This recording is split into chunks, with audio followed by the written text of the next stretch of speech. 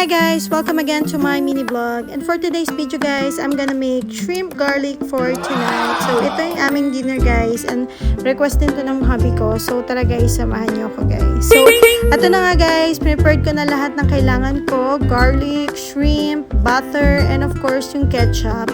And yung magpapasarap is yung which is 7-Up guys. So tara guys, init na tayo ng kawali. So ito na nga guys, ininit ko na yung kawali. Nilagay ko na rin yung butter. So antayin lang natin until it's melted talaga guys. So before nga pala guys, na pagkatapos ko linisin kanina yung shrimp, binabad ko muna siya sa 7-Up para talagang tanggalin yung kanyang lansa guys. So ito na nga guys, nilagay ko na yung garlic. Then hindi ko siya talaga i-golden brown lang guys. Yung sakto lang talaga na medyo makikita ko. Kasi mabilis lang maluto ang garlic guys, diba? So yun na nga guys. Ito medyo maano-ano na siya guys. Pwede na nating ilagay yung ating ketchup. So yung ketchup guys, ang purpose niya is para mabigyang buhay ang ating shrimp guys. So yun guys, para medyo mapula-pula siya.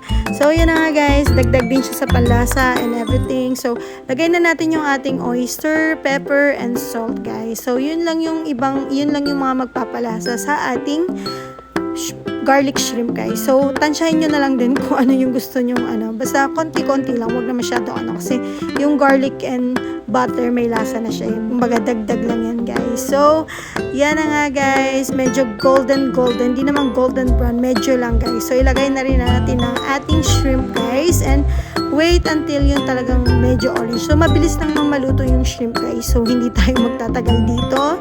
And after nyan guys, pagkatapos ko na yung ilalagyan ko rin yan siya ng 7-Up. So sa 7-Up guys, kung ano lang yung hawak kong sandok, 2 ganun lang yung nilagay ko. Hindi masyadong marami kasi baka magmukhang tinola na to guys pag dinamihan ko ng ano. So pangpasarap lang din yung 7-Up guys. So yun, antayin lang natin to. When it's totally done, then kakain na tayo guys.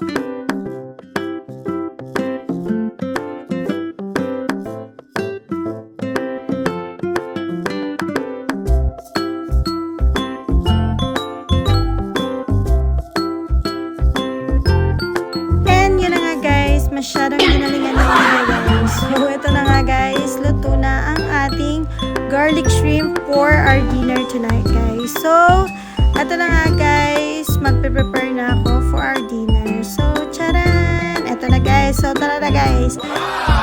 Sarap.